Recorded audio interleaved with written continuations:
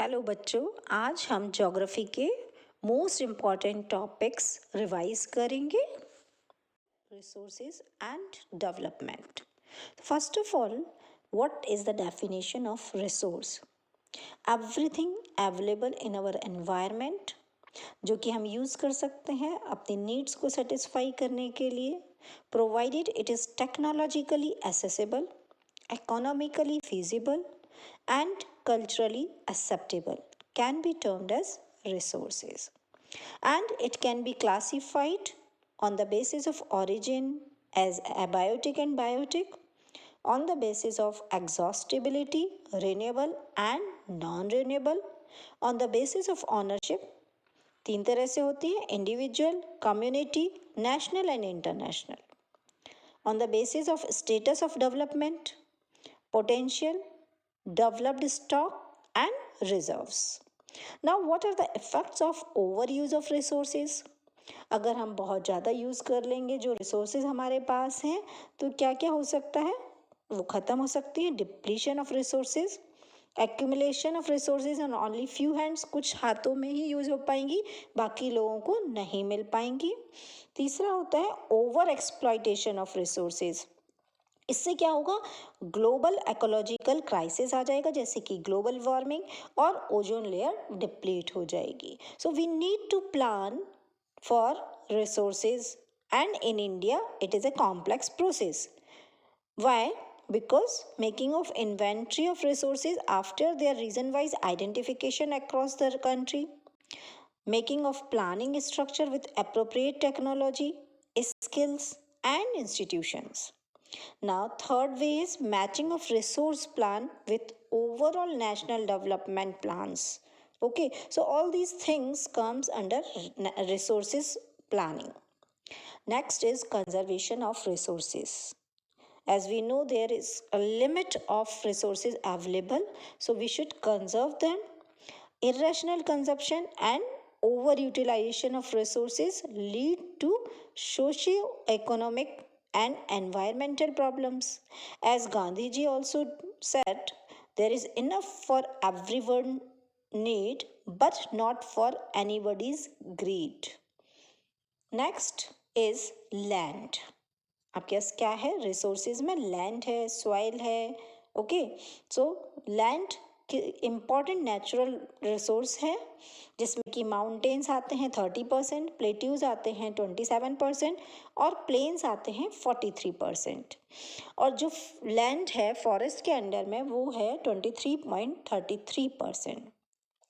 इसके अलावा बैरन फील्ड्स भी हैं, जिसमें कि आप नॉन एग्रीकल्चरल काम कर सकते हैं, जैसे बिल्डिंग बना लें, रोड बना लें, फैक्ट्रीज बना लें. ओके, अब लैंड यूज़ का पैटर्न क्या है इंडिया में? इसमें कुछ फैक्टर्स रिस्पॉन्सिबल होते हैं, जैसे फिजिकल फैक्टर्स, जिसमें है topography, climate, soil type. Human factors भी होते हैं, जैसे कि population density, technological capability and culture and tradition of each state, each region. Then comes land degradation, जो कि ह्यूमन एक्टिविटीज़ के द्वारा ज़्यादातर होता है, जैसे कि deforestation, over grazing, over irrigation, industrial influence, mining, quarrying contributed significantly in land degradation. So क्या समझ में आ रहा है? लैंड डिग्रेडेशन में ह्यूमन एक्टिविटीज़ ज़्यादा इन्वॉल्व हैं. And then we need to conserve land. तो लैंड कंजर्वेशन मैनेजमेंट में क्या क्या आता है बेटा? एफॉरेस्टेशन, मतलब प्लांट्स लगाइए, ज़्यादा से ज़्यादा ट्रीज ग्रो कीजिए और प्रॉपर मैनेज करिए ग्रेजिंग को. Okay, then planting of shelter belts of plants, control on overgrazing, stabilization of sand dunes by growing thorny bushes in arid areas, and also the proper management of barren fields, controlling of mining activities, and also proper discharge and disposal of industrial effluents and waste after the treatment. I hope you understood about the land. Now we move towards the soil as a resource. Soil is the most important renewable resource. Million of years लगते हैं थोड़ी सी soil formation के लिए। Okay, now classification of soils. इसको बहुत different types की soils होती हैं, जैसे एल्यूवियल सॉइल जो कि सबसे फर्टाइल सॉइल होती है, मोस्ट इम्पॉर्टेंट होती है और वाइडली स्प्रेड है। Next comes black soil. Black soil crop के लिए बहुत ज़्यादा इम्पॉर्टेंट होती है, स्पेशली कॉटन के लिए, तो इसको ब्लैक कॉटन सॉइल भी कहते हैं। ब्लैक सॉइल्स ज़्यादातर बनती हैं एक्सट्रीमली फाइन क्लेई मटेरियल की, और उसमें कैपेसिटी होती है मॉइस्चर को होल्ड करने की, और उसमें it is rich in soil nutrients such as calcium carbonate, magnesium, potash and lime. Next comes red and yellow soil. Red और सॉइल जो है वो डेवलप होती है due to weathering of crystalline igneous rocks. और कहाँ पे होती है ये? जहाँ पे लो रेनफॉल है, जैसे कि डेकान प्लेट्यूस और उसके कुछ parts. Okay, next comes laterite soil. इसको लीच्ड सॉइल भी कहते हैं, और ये लैटिन वर्ड्स लैटर से निकली है जिसका मतलब होता है ब्रिक।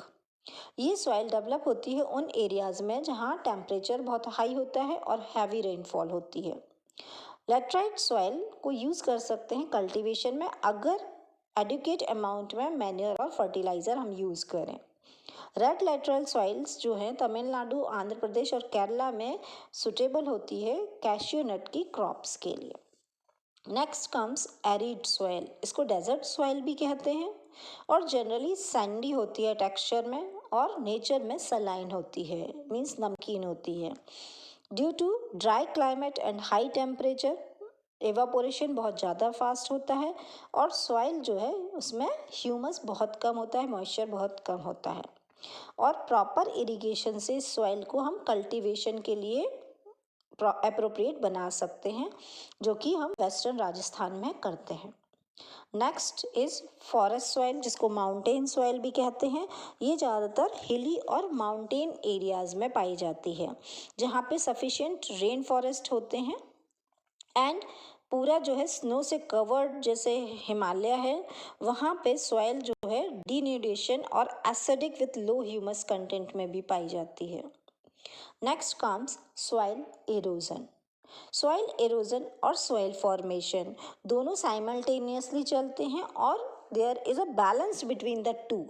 लेकिन जो ह्यूमन एक्टिविटीज़ हैं वो इस बैलेंस को ख़त्म कर देती हैं, ख़राब कर देती हैं, डिसबैलेंस कर देती हैं, जैसे डिफॉरेस्टेशन, ओवरग्रेजिंग, कंस्ट्रक्शन, माइनिंग। ये सारे जो हैं नेचुरल एलिमेंट्स को नहीं काम करने देती हैं। और ये सॉइल इरोजन दो तरह की होती हैं, एक तो गुलीज और एक शीट इरोजन।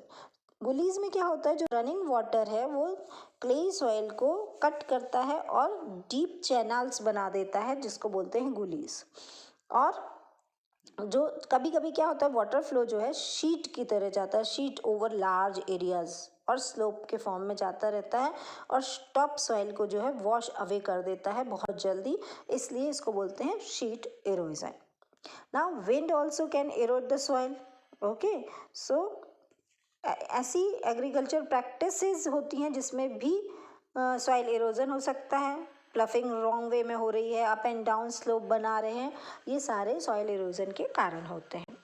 अब सॉइल को कंजर्व कैसे कर सकते हैं, क्या क्या मेथड हो सकते हैं? So one is counter ploughing, जिसमें काउंटर प्लफिंग में काउंटर लाइंस बना दी जाती हैं जो डिसलरेट करती हैं फ्लो ऑफ वाटर को डाउन द स्लोप्स। स्टीप्स करके आप टेरेस फार्मिंग कर सकते हैं। डिफरेंट लार्ज फील्ड्स के ऊपर अलग अलग स्ट्रिप्स में डिवाइड कर दीजिए उन फील्ड्स को, और उनके बीच में ग्रास भी लगा सकते हैं आप, एंड इसको बोलते हैं strip cropping. Next comes shelter belts. Shelter belts होते हैं planting lines of trees to create shelter, also works in similar way. इसी तरह से सेम जैसे स्ट्रिप क्रॉपिंग है, ओके, उसी तरह से वर्क करता है। So these are the different methods of soil conservation. इसके अलावा एफॉरेस्टेशन सबसे इम्पॉर्टेंट मैथड है, जिसमें ज़्यादा से ज़्यादा ट्रीज लगानी चाहिए। नेक्स्ट कम्स ये जो आप देख सकते हैं एक पिक्चर में, डेवलपमेंट ऑफ रिसोर्स, जिसमें सस्टेनेबल डेवलपमेंट बताया है, रियो डी जेनेरियो अर्थ समिट 1992 का और एजेंडा 21 का। टाइप्स ऑफ सॉइल्स में आप देख सकते हैं alluvial, black soil, red and yellow soils, laterite soil and different other soil. Soil as a resource, soil erosion or soil conservation that we have discussed. Then land resources, land utilization, land conservation, patterns in India, land degradation and planning. All this we have discussed. Next chapter in geography is forest and wildlife resources. We humans, along with all living organisms, form a complex wave of ecological system in which we are only a part and very much dependent on this system for our own existence. जैसे कि plants, animals, micro organism जो कि recreate करते हैं quality of air जो हम breathe करते हैं, वाटर जो हम पीते हैं, soil that produces our food without which can we survive? No. So forest plays a key role in ecological system as these are also the primary producers जिस पे कि हम जितने भी लिविंग ऑर्गेनिजम्स हैं वो डिपेंड करते हैं. बायोडाइवर्सिटी होती है वेरिएबिलिटी अमॉन्ग लिविंग ऑर्गेनिज्म. जितने भी सोर्सेज हैं उन्हीं सब से, जैसे कि terrestrial, marine and aquatic ecosystems. Now, there are different causes of depletion of flora and fauna. And most important है हमारी एक्टिविटीज़, ह्यूमन की एक्टिविटीज़ जो कि ओवर एक्सट्रैक्शन करते हैं फॉरेस्ट रिसोर्सेज का, जिससे कि डिप्लीशन हो जाता है फ्लोरा और फौना का. एंड हम डिफरेंट कल्टीवेशन को शिफ्ट कर रहे हैं, ग्रेजिंग कर रहे हैं, ओवर ग्रेजिंग कर रहे हैं, फ्यूल के लिए वुड कलेक्ट कर रहे हैं, ओवर पॉपुलेशन के कारण, पॉल्यूशन के कारण, ओवर एक्सप्लॉयटेशन के कारण, फॉरेस्ट फायर्स के कारण जो है फ्लोरा और फौना डिप्लीट हो रहे हैं. So we need to conserve forest for our selves. हमें अपने लिए फॉरेस्ट को और वाइल्ड लाइफ को कंजर्व करना पड़ेगा, प्रोटेक्ट करना पड़ेगा. ओके हमें जितने भी जानवर हैं, एनिमल्स हैं, वाइल्ड लाइफ, उनको प्रोटेक्ट करना पड़ेगा. उसके अंतर्गत Indian wild life protection act में, जो कि 1972 में हुआ था, जिसमें कंजर्व किया गया किसके लिए? सपोर्ट सिस्टम, जैसे हमारे वाटर, एयर और सॉइल को प्रोटेक्ट करने के लिए कंजर्वेशनिस्ट ने डिमांड किया कि इंडियन वाइल्ड लाइफ को प्रोटेक्ट किया जाए. और 1972 में एक प्रोविज़न बना जिसमें प्रोटेक्ट किया गया जितने भी हैबिटेंट्स हैं उनको.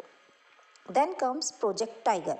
प्रोजेक्ट टाइगर जो है लॉन्च हुआ था 1973 में, जो कि प्रोटेक्ट करने के लिए टाइगर्स को, जो कि एक्सटिंक्ट वाइल्ड लाइफ स्पीसीज बनते जा रहे थे.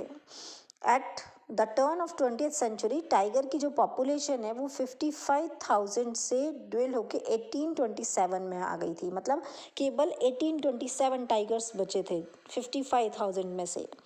तो टाइगर पॉपुलेशन एक थ्रेट में आ गई. और इम्पोर्टेंट टाइगर रिजर्व्स कौन कौन से हैं ये ध्यान रखिएगा, ये आ सकते हैं एमसीक्यूज में.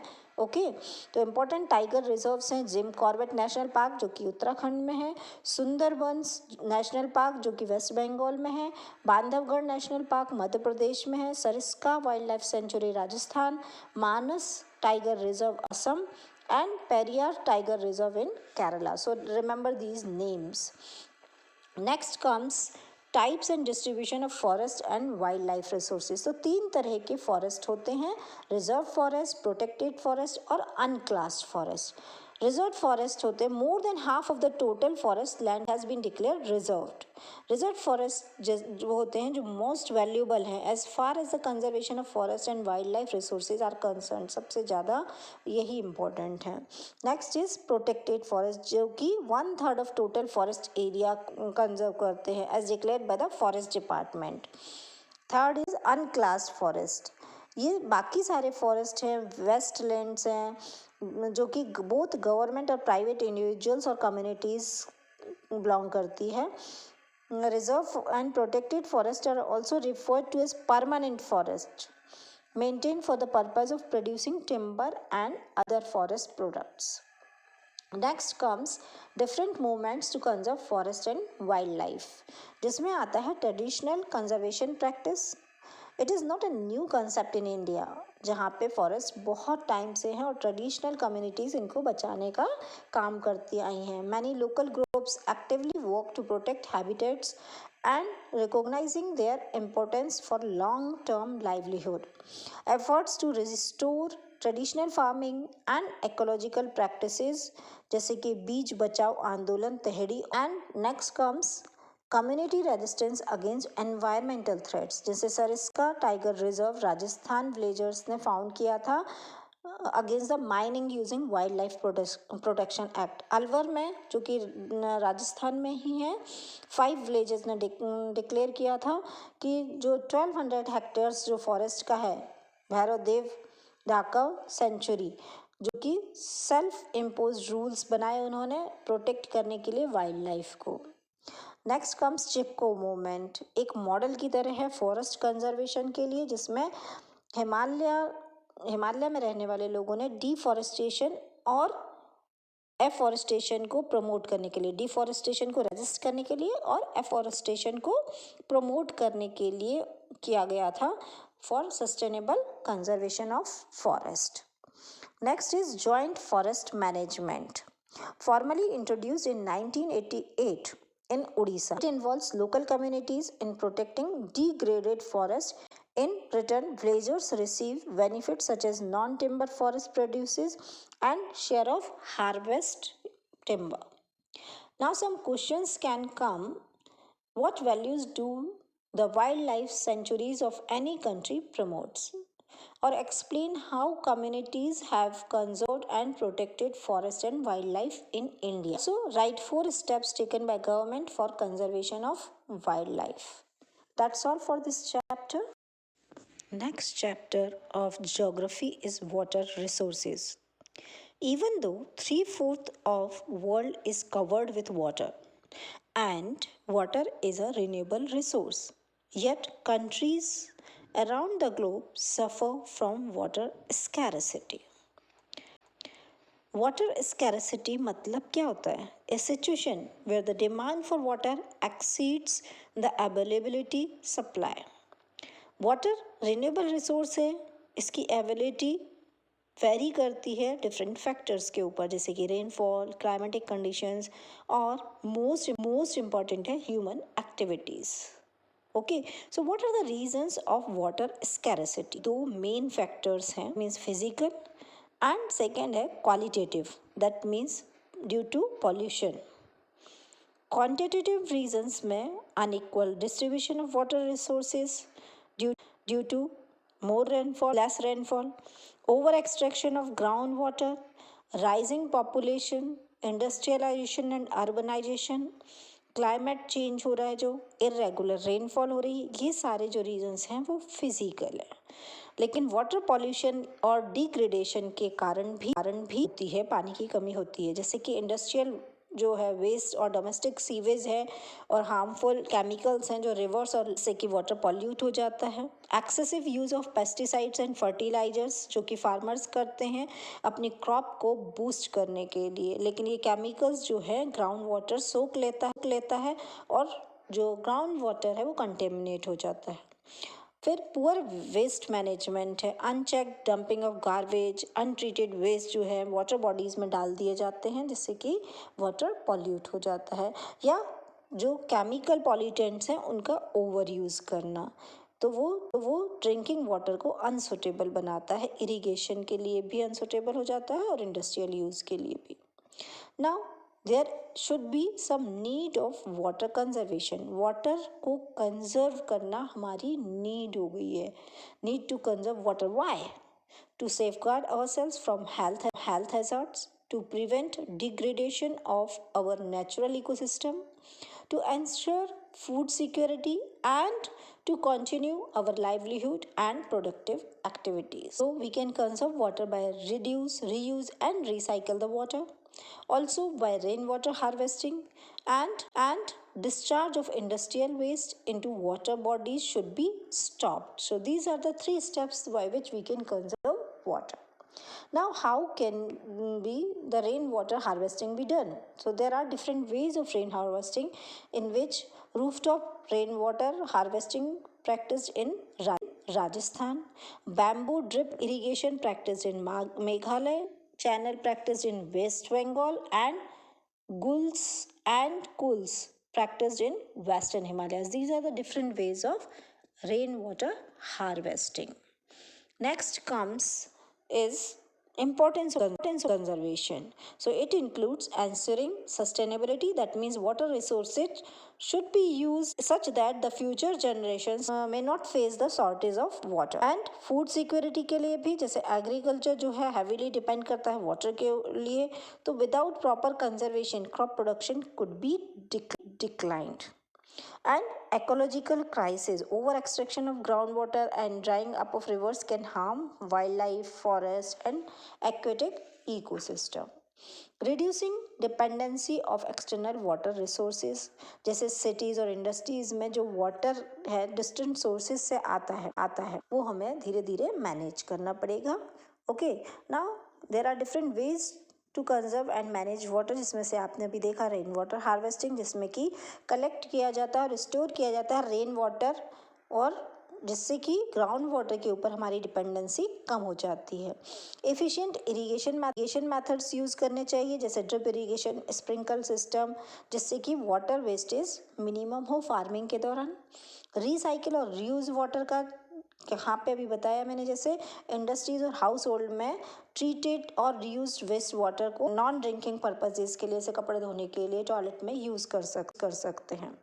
गवर्नमेंट ने भी कुछ इनिशिएटिव्स लिए हैं, जैसे जल जीवन मिशन जो कि प्रोवाइड करता है drinking water every rural house hold को, एंड अटल भूजल योजना में, या इसको अटल जल योजना भी बोलते हैं, जो कि इम्प्लीमेंट की गई है वाटर स्ट्रेस्ड एरियाज में वाटर मैनेजमेंट के लिए. Next comes multipurpose river projects. Multipurpose river projects जो है इन्वॉल्व करते हैं डैम्स बनाना, किसके लिए? इरिगेशन के लिए, इलेक्ट्रिसिटी के लिए, फ्लड कंट्रोलेशन के लिए, वाटर ड्रिंकिंग के लिए, ड्रिंकिंग वाटर सप्लाई के लिए, नेविगेशन के, फिश ब्रीडिंग के लिए. ये प्रोजेक्ट्स जो है different aspects of water management national development के लिए इम्पॉर्टेंट हैं. Movement against multipurpose projects. अब ये जो डैम्स बनाए गए, जैसे भाखड़ा नागल प्रोजेक्ट, सतलुज बीस river basin, Hirakud dam Mahanadi पे जो बनाया गया है, या सरदार सरोवर प्रोजेक्ट, इन सभी के खिलाफ कुछ लोगों ने मूवमेंट्स भी किए. तो ये जो है अपोजिशन भी फेस किया गया, और जैसे नर्मदा बचाओ आंदोलन, प्रोटेस्ट किया गया, displacement of people due to Sardar Sarovar dam, वहाँ के लोगों को, विलेजर्स को वहाँ से हटाने के लिए दूसरी ज़मीन दी गई, जिसका उन्होंने विरोध किया. जैसे तहरी डैम प्रोजेक्ट जो है वो एनवायरमेंटल डैमेज के कारण डिस्प्लेसमेंट इन उत्तराखंड, इस पे भी उन्होंने मूवमेंट्स किए गए. तो ये मूवमेंट्स आपको याद रखने हैं बेटा. अब जो लार्ज डैम्स बनाए गए उनके एडवांटेजेस और डिसएडवांटेजेस क्या हो सकते हैं? एडवांटेजेस है flood control, production of hydro electricity, navigation, recreation, water supply and irrigation. और डिसएडवांटेजेस क्या हैं? Damming of reverse affect the natural flow, causing poor sediment flow and excessive sedimentation at the top of the reservoir and poorer habitat for river aquatic life. Dams जो है fragments में जो river को बांट देते हैं, जिससे एक्वेटिक फोना जो है माइग्रेट होना पड़ता है उनको. And also soil leading to its decomposition, existing vegetation और सॉइल जो है वो डिकम्पोजिट होने लगता है. अब रेजिस्टेंस टू दीज प्रोजेक्ट्स, जैसे कि नर्मदा बचाओ आंदोलन और तहरी डैम आंदोलन जो है प्राइमरीली जो है due to large scale displacement of local communities के कारण हुआ. If the local people are not benefiting from such projects, then who is benefited? It has transform the social landscape, that is increasing the social gap between the richer landlords and landless poors. These are the different disadvantages. अब आप एक case study भी आ सकता है Sardar Sarovar project के ऊपर, कि Narmada river Gujarat में, जो कि सरदार सरोवर प्रोजेक्ट कहाँ बना है? नर्मदा रिवर के ऊपर गुजरात में, जिसमें कि 4 स्टेट्स कवर हो रहे हैं, महाराष्ट्र, मध्य प्रदेश, गुजरात और राजस्थान. उसके चैलेंजेस क्या थे? Displacement of people, submerging of land और एनवायरमेंटल कंसर्न्स. तो इसके ऊपर एक केस स्टडी का क्वेश्चन भी आ सकता है. Okay, so that's all for this chapter. Chapter Agriculture. India is an agriculturally important country as two-thirds of its people are engaged in it. Agriculture products are widely used for our livelihood. Now the different types of farming includes primitive, intensive and commercial. Primitive में क्या होता है, small patches of land को primitive tools के द्वारा जैसे हो डॉ डिगिंग स्टिक्स एंड किसके द्वारा होता है, फैमिली या कम्युनिटी लेबर के द्वारा प्रैक्टिस किया जाता है। ये इस टाइप की फार्मिंग जो है वो डिपेंड करती है मानसून पे या दूसरी एनवायरमेंटल कंडीशंस पर। Intensive farming is practised in areas of high population. Labour intensive farming होती है ये क्योंकि high doses of biochemical inputs दिए जाते हैं, इरिगेशन यूज़ होती है एंड हायर प्रोडक्शन यील्ड होता है। Commercial farming is used for modern inputs से जो यूज़ होती है, जैसे कि high yielding variety seeds use होती हैं जिसमें HYV केमिकल फर्टिलाइजर्स यूज़ होते हैं, इंसेक्टिसाइड्स यूज़ होते हैं, pesticides and higher productivity earn करते हैं, और ये ज़्यादातर कमर्शियल बेसिस पे होती है। एंड प्लांटेशन जो होता है वो भी कमर्शियल फार्मिंग ही है। तो मेजर क्रॉप्स में आते हैं, मेजर फूड क्रॉप्स हैं rice, wheat, millets, maize and pulses. Food other than grains होती हैं sugar cane, oil seeds, coffee, horticulture crops और टी। नॉन फूड क्रॉप्स में आते हैं rubber and fibre crops like jute and cotton. Now there are three types of cropping pattern in India: Rabi crop, Kharif crop and Z crops. Rabi crops जो है वो अक्टूबर से दिसंबर तक बोई जाती है, सो की जाती है एंड हार्वेस्ट की जाती है अप्रैल से जून में। इसमें सबसे ज़्यादा क्रॉप्स होती हैं wheat, barley, peas, gram and mustard. Kharif crops जो है वो बोई जाती है मई से जुलाई के बीच में और हार्वेस्ट की जाती है सितंबर से अक्टूबर के बीच में। इसकी मेन क्रॉप्स हैं पैडी, मैज, ज्वार, बाजरा, मूंग, उड़द, cotton, jute, groundnut, soybean etcetera. जेड क्रॉप्स जो है वो रबी और खरीफ क्रॉप के बीच में बोई जाती है, जैसे कि watermelon, cucumber etcetera. Now, technological and institutional reforms. Government जो है इंडिया की वो इंट्रोड्यूस करती है एग्रीकल्चर रिफॉर्म्स, जो कि किस लिए होते हैं, इम्प्रूव करने के लिए इंडियन एग्रीकल्चर को, जिसमें आते हैं ग्रीन रिवॉल्यूशन जो कि बेस्ड है किसके ऊपर, यूज़ ऑफ पैकेज टेक्नोलॉजी के ऊपर, और white revolution and this gives the strategy to initiate to improve the lot of Indian agriculture. Institutional reforms includes collectivization and consolidation of holding corporation and abolition of zamindari system. Land reforms जो है main focus करता है 5 year plan के ऊपर, जिसमें inherit किया जाता है कि फ्रेगमेंटेशन ना हो लैंड होल्डिंग की।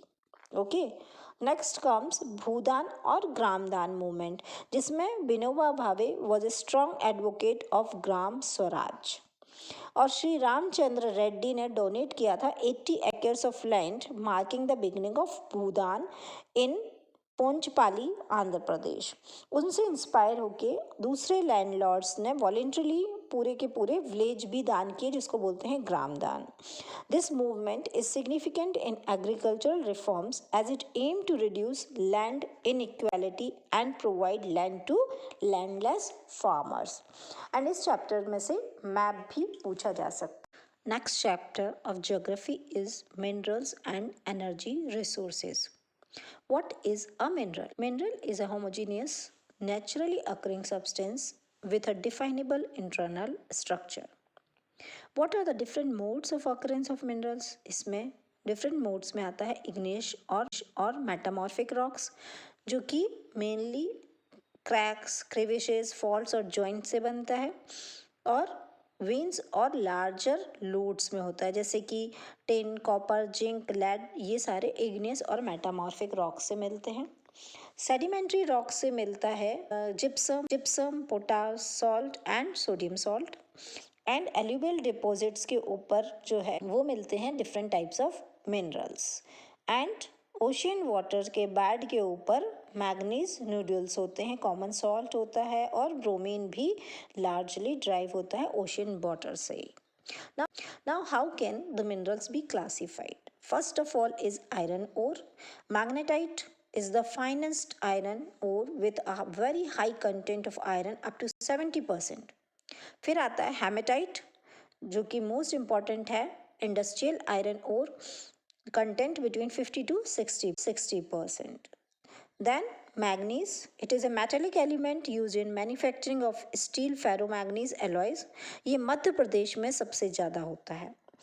Then copper used in electrical cables, electronics and chemical industries.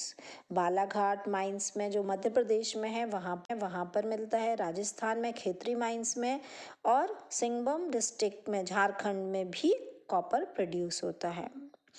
Bauxite deposits are found in Amarkantak Plateau, McCall Hills and Plateau regions of Bilaspur and Katni. अब नॉन मेटेलिक मिनरल्स में आता है mica, जो कि most indispensable minerals है, जो use होता है इलेक्ट्रिकल और इलेक्ट्रॉनिक इंडस्ट्रीज़ में.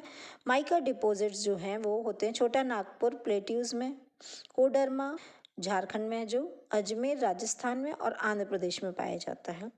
Next comes rock minerals, that is limestone, used as a raw material for cement industry and essential for smelting iron ore in blast furnace, और ये sedimentary rock से मिलता है. Energy resources are of two types, conventional and non conventional. Conventional में आते हैं coal, petroleum, natural gas and electricity. Non conventional में आते हैं न्यूक्लियर और atomic energy, solar energy, wind energy, biogas, tidal energy and geothermal energy.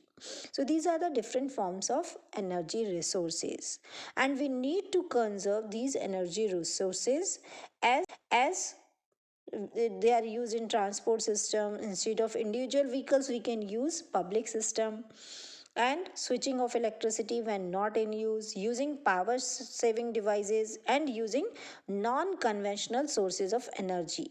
These are some ways to conserve energy. Now some questions can come like, describe any three characteristics of Odisha Jharkhand belt of iron ore in India. Suggest and explain any ways to reduce the use of petrol. Why energy is needed? How can we conserve energy resources? Explain. And one map can also be asked on this chapter. Next chapter is manufacturing industries. Production of different goods in large quantities from raw materials to more valuable products is called manufacturing. Now, what is the importance of manufacturing? It helps to reduce the heavy dependence of people on agricultural income. Second is eradication of unemployment and poverty from our country and expansion of trade and commerce. And it also helps in modernizing agriculture. Now, the classification of industries is on the basis of capital investment, small scale industries and large scale industries. जहाँ पे maximum investment होता है rupees में, 1 crore rupees तक, वो small scale industry होती हैं. जहाँ more than 1 crore rupees invest किए हैं वो लार्ज स्केल इंडस्ट्रीज होती हैं. फिर आता है based on bulk and weight of raw material and finished goods. Heavy industries and light industries. Heavy industries में आती हैं आयरन और स्टील इंडस्ट्रीज, और लाइट इंडस्ट्रीज में आती हैं इलेक्ट्रिकल इंडस्ट्रीज. नेक्स्ट आता है according to their main role, जैसे कंज्यूमर इंडस्ट्रीज और की इंडस्ट्रीज. कंज्यूमर इंडस्ट्रीज में sugar, toothpaste, paper, sewing machines, fans etcetera involve होते हैं. की इंडस्ट्रीज या बेसिक इंडस्ट्रीज में आयरन, स्टील, कॉपर, एल्यूमिनियम, ये सारे होते हैं. Now on the basis of owners, public sector, private sector, joint sector, cooperative sector, ये सारे तरह की इंडस्ट्रीज होती हैं. पब्लिक सेक्टर में क्या होता है owned and operated by government, जैसे कि SAIL, BHEL. Then private sectors में owned and operated by individuals और अ ग्रुप ऑफ इंडिविजुअल्स, जैसे TISCO, Bajaj, auto limited etcetera. Joint sector industries run by the state and individuals और a group of individuals, जैसे oil India limited. Cooperative sector industries में जो है operated और owned by producers और suppliers of raw materials या workers या दोनों के द्वारा. And the last and most important is on the basis of sources of raw material. Mineral based and agro based are the most important. Mineral based क्या होते हैं, जैसे iron and steel, cement, aluminium, machine tools and petrochemicals. Agro based में cotton, woollen, jute, silk, textiles, rubber, sugar, tea, coffee, edible oils, automobile industry और information technology and electronic industries. अब इसको हम detail में पढ़ते हैं, समझते हैं. एग्रो इंडस्ट्रीज़ क्या होती हैं? केवल एक only industry in the country which is self reliant and complete in value chain. Raw material से फाइबर मिलता है then ready to wear garments to the highest value added product, जैसे कॉटन टेक्सटाइल्स, जूट टेक्सटाइल और sugar industries. ये agro based most important industries हैं. फिर आती है मिनरल बेस्ड इंडस्ट्रीज़, जिसमें कि आयरन और स्टील इंडस्ट्रीज़, जो कि बेसिक इंडस्ट्री में भी आती हैं. Heavy, medium and light depends on their machinery. फिर aluminium smelting, chemical industries, fertiliser industries, cement industry, ये सारे मिनरल बेस्ड इंडस्ट्रीज़ हैं. फिर आती है ऑटोमोबाइल्स इंडस्ट्री, जो प्रोवाइड करती है vehicles for quick transport of goods and services and passengers, जैसे कि कार, बस, ट्रक, साइकिल, स्कूटर, ये सारी चीज़ें जो प्रोवाइड करती है. फिर आती है information technology and electronic industries, जिसमें कि हाई रेंज ऑफ प्रोडक्ट्स जैसे television, telephone, cellular telephones, pagers, mobiles, radars, computers और सारे टेलीकम्युनिकेटिंग इंडस्ट्रीज़ के सारे इक्विपमेंट्स ये प्रोवाइड करती हैं. What is the industrial revolution and pollution? Now environmental degrade कैसे? High proportion of undesirable gases जैसे SO2 और CO. Water pollution caused by organic and inorganic industrial waste and effluents discharge into rivers by paper, pulp, chemical, textile, dyeing and petroleum refinery industries. Thermal pollution क्यों हो रहा है? Due to hot water from factories and thermal plants is drained into rivers and ponds before cooling. And also the noise pollution that is caused due to industrial and construction activities. And we need to control them. Control क्यों ज़रूरी है?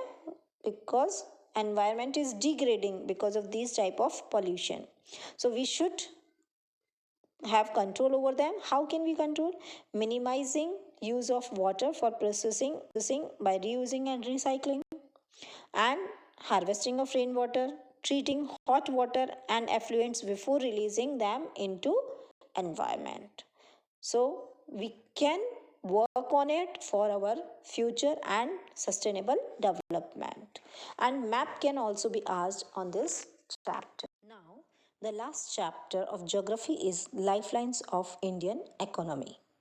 The pace of development of a country greatly depends upon the production of goods and services. The productions becomes efficient when the raw materials reaches the factories timely, and the finished products should also be efficiently moved out through the distribution channels to reach to the consumers. अब ये raw material factories में timely पहुंचाने का काम और industries से जो है जो प्रोडक्ट्स हैं वो कंज्यूमर्स तक पहुंचाने का काम कौन करेगा? Naturally the transport system. तो वेरियस मीन्स ऑफ ट्रांसपोर्ट जो है वो बहुत ज़्यादा इम्पॉर्टेंट है, and it is classified into land, water and air transport. As land, water and air transport, सबसे पहले रोडवेज आता है लैंड में. लैंड में रोडवेज में क्या है बेटा? The government has launch a major road development projects linking from major metropolitician cities like Kolkata, Chennai, Mumbai and Delhi by 6-lane super highways. These highways projects are being implemented by NHAI. The national highways जो है वो primary road systems हैं जो maintain किए जाते हैं national highways authority of India, that is NHAI. फिर state highways आते हैं जो लिंक करते हैं स्टेट कैपिटल को डिफरेंट डिस्ट्रिक्ट हेडक्वार्टर्स से, और कंस्ट्रक्शन और मेंटेनेंस जो है वो स्टेट पब्लिक वर्क डिपार्टमेंट के द्वारा किया जाता है, that is PWD। Then district roads जो हैं कनेक्ट करते हैं डिस्ट्रिक्ट हेडक्वार्टर्स को दूसरे प्लेसेस से जो कि डिस्ट्रिक्ट में है और मेंटेन किए जाते हैं जिला परिषद के द्वारा। और भी दूसरे रूल्स होते हैं, रोड्स होते हैं जो rural roads which link rural areas and villages with towns. और दूसरे होते हैं border roads. Border road organisation जो है वो कंस्ट्रक्ट करती है, डेवलप करती है और मेंटेन करती है रोड्स को बॉर्डरिंग एरियाज़ में, जैसे नॉर्दर्न और नॉर्थ ईस्टर्न बॉर्डर एरियाज़ में। फिर आते हैं रेलवेज, ये भी लैंड ट्रांसपोर्ट में ही है। The distribution pattern of the railway network has been influenced by physiographic, economic and administrative factors. फिर आती हैं पाइपलाइंस जो कि यूज होती हैं ट्रांसपोर्ट करने के लिए क्रूड ऑयल, पेट्रोलियम प्रोडक्ट्स और नेचुरल गैसेस को from oil and natural gas fields to refineries, then fertilizer factories and big thermal power plants. और ये जो इम्पोर्टेंट नेटवर्क्स हैं पाइपलाइंस के वो आसाम टू कानपुर है, फिर Salaya in Gujarat to Jalandhar in Punjab, Hazira in Gujarat connects Jagdishpur in Uttar Pradesh. फिर आता है वाटरवेज जो चीपेस्ट मीन ऑफ ट्रांसपोर्ट है, सुटेबल है किसके लिए, हैवी और बल्की गुड्स कैरी करने के लिए। ये फ्यूल एफिशिएंट होता है और एनवायरनमेंट फ्रेंडली भी होता है। अब मेजर सी पोर्ट्स कहाँ कहाँ पे हैं? 12 मेजर सी पोर्ट्स हैं इंडिया में, Kolkata, Paradip port, new Mangalore port, Cochin port, Jawaharlal Nehru port, Mumbai port, Kandla port, Visakhapatnam port, Chennai port, Tuticorin port, Marmagao port and Port Blair port. ये सारे जो है मैप पे भी पूछे जा सकते हैं। Okay, the location of these major sea ports. Then comes airways. Air transport जो है नेशनलाइज किया गया 1953 में। On the operation side Indian Airlines, Alliance Air, private scheduled airlines and non scheduled operators provide करते हैं international air services and helicopters limited providers helicopter services provide करते हैं जो कि ऑयल और नेचुरल गैस कॉरपोरेशन को ऑफशोर ऑपरेशंस करते हैं। Then comes communication. Now communication can be either personal or mass communication. Personal communication होता है दो लोगों के बीच में पर्सनल लेवल पे।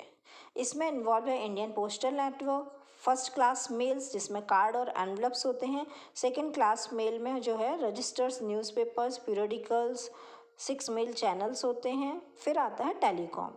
India has the largest telecom network in Asia. Okay, these comes under personal communication. Then comes mass communication. Mass communication among many people. Some important PYQs. Water is available in abundance in India. Even then, scarcity of water is experienced in major parts of the country. Explain it with examples. Classify the resources based on exhaustibility, state characteristics of each. How is the issue of sustainability important for development? Explain with examples. Explain the factors responsible for soil formation. Describe main features of black soil. What are extinct species? Describe factors that causes fearful depletion of biodiversity of India. How have communities conserved and protected forest and wildlife in India? Explain. How were underground tanks beneficial to the people of Rajasthan? Explain. Why do we have a maximum iron and steel industry concentration in Chota Nagpur Plateau region? Evaluate the factors responsible for the location of jute industry in West Bengal. Describe major problems faced by weaving and processing sectors in cotton textile industry. Describe steps taken to conserve the flora and fauna of the country. Describe steps to minimize the environmental degradation caused by industrial development in India and conserve energy resources. Some key tips to prepare geography. Focus on high weightage chapters like manufacturing industries, resources and development, and also on map work for better results. Practice map-based questions, as geography often tests student map-based questions which are high scoring. Practicing these questions on blank maps is very important. Use official sample papers, understand the latest question patterns and marking schemes, which emphasizes concepts rather than rote learning. Create concept maps and timelines. Visual tools like concept maps can help retain informations better and quick revision के लिए बहुत ही ज़्यादा अच्छे होते हैं exams के पहले अगर आपके पास कंसेप्ट मैप है you can revise with in minutes and avoid avoidable losses जैसे कि not of track by writing long unfocused answers उसकी वजह आप कॉन्साइज और पॉइंट वाइज रिस्पॉन्सेज कीजिए की टर्म्स को हाईलाइट कीजिए and don't cut the or highlight your mistakes.